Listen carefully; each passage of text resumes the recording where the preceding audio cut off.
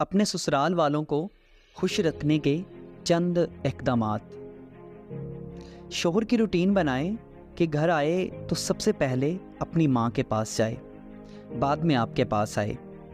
यकीन माने ऐसा करना आपको आपके ससुराल में मुस्तहकम बनाएगा।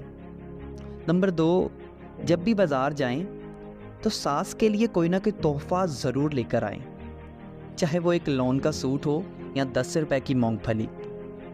नंबर 3, जब भी आपका शोहर आपके साथ कोई अच्छा सलूक करे, आपके साथ कोई अच्छी बात करे जो आपको पसंद आए, तो सास के सामने सास की तारीफ़ करें कि इन्होंने अपने बेटे की अच्छी तरबियत की है।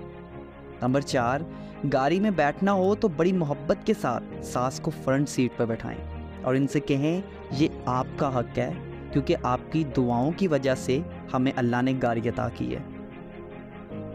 घर में खाना पकाने लगें तो सास से पूछ लें कि आज क्या बनाएं। अक्सर वो ये मामला आप पे छोड़ देंगी, लेकिन अगर वो किसी ख़ास चीज़ की फरमाइश करें तो वही बनाएं। कभी भी किसी के सामने अपने मियाँ, अपनी सास और किसी भी दूसरे ससुराली रिश्तेदार की बुराई ना करें, क्योंकि ये भी गीबत है, और गीबत ऐसी मनहूस चीज़ है जो घरों के घर उजाड़ देती है। अगर कभी आपकी सास और आपके मियाँ इकट्ठे बैठे बातें कर रहे हों तो पूरी कोशिश करें कि मियाँ को बुलाकर वहाँ से ना उठाएं। अपनी सास के पास बैठकर इनसे इनके माँ बाप की बातें करें, इनके बचपन और जवानी के किस्से सुना करें।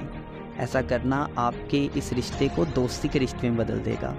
और लास्ट पे कभी कभी इनके बगैर कहे इनके पाँव भी दबा दिया करें, इनके सर में कंघी भी कर दिया करें, इनकी आंखों में सुरमा भी डाल दिया करें।